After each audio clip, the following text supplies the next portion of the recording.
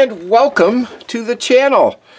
I am the model student, and this is the Revell 172 ME262 A1A Messerschmitt jet-propelled World War II plane.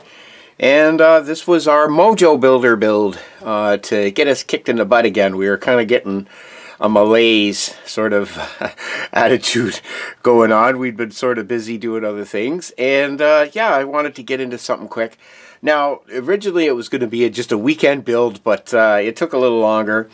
I had a few jobs come up in between that I had to be taken care of that sort of got me away from it. But we did get it finished. The build actually didn't take very long at all. It only took maybe, I don't know, maybe a couple days to really kind of glue it together, get most of it put together. But then the painting, finishing it off, and then I had the idea for the little diorama. And yeah, you can kind of take a look and see here. What I got was I had a few 72 figures that I scrounged out of a little drawer. They were part of a pack that someone had thrown in with a bunch of models I bought. And there was a German officer included in there, and a few soldiers. I think there was some African Corps guys, and I think this guy was supposed to be surrendering. And there was another kit that had some barrels and some gas cans. So yeah, I just sort of, you know, quickly threw together a little skid, and I made a little tarp, and I tried doing the base. Now with the wood, I was, in retrospect, once I got it glued down, I realized that these boards are much too big for 172 scale. They're way too wide. The gaps between them are enormous, but you know, live and learn. That's what the channel's all about. So in future, for the 109 that I have, I may do a similar type of concept, but I'm definitely going to go smaller with these planks if I do go with that sort of base next time. This would probably work, I guess, for 132 scale. You know, I think this would even be kind of big for 148 myself, actually, now that I look at the scale calculator. But I've been using the scale calculator that I found online because I've kind of started doing the base, just the basic structures for a large 135 scale display that I kind of want to put together over this next year for a shelf that I have, a shelf idea that I have for upstairs.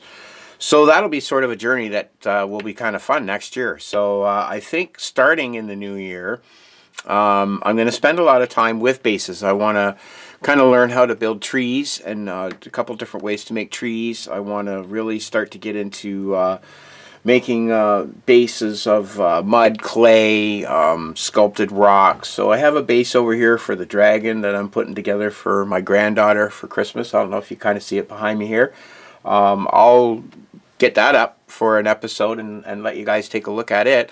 It's coming together pretty good. I'm using the Milliput, which I've never really worked with too much before, and sculpting in spots where I had to drill and pin it together. There were some gaps and stuff that are coming together pretty good. So, but yeah, so I want to spend a lot of time on foliage, trees, and basing, and, you know, creating mud effects, dirt effects, and realistic, I think, base effects, because I really enjoy putting the models in a bit of a scene. So, you know, I'd like to improve on that as I go along. But I don't know. I think I'll give myself a grade of a B, I guess.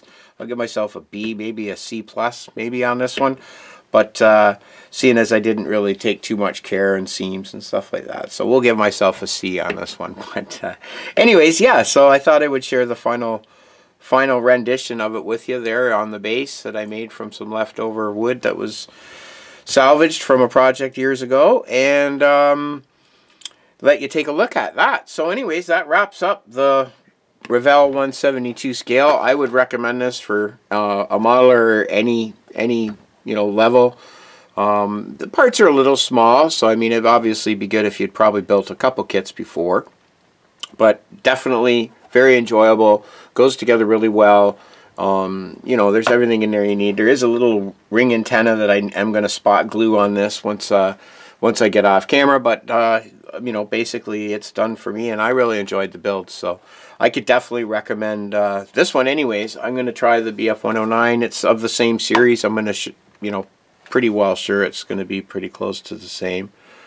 But, you know, yeah, great little kits. I really enjoyed it. So anyways, there's a look at the completed build for me with my guys. Oh, I forgot to mention too, it was a real tail sitter. So what I did to get around that was I made this little wheel chock here, and then what I did was I glued it down, poked a hole through it, glued a piece of lead wire through the chock itself and through the base, and fixed it so they could loop it up through the landing gear just to tether this down and keep this down in place so it doesn't, you know, move around and want to sit on the tail. And then I just wrapped it through his arms so that it looks like he's grabbing onto it, and then this guy's pulling, and this guy's pushing to get it turned around. So yeah, I think in the long run it sort of came together not bad. Anyways, so that's a pat on the back for me, and a pat in the back for a C.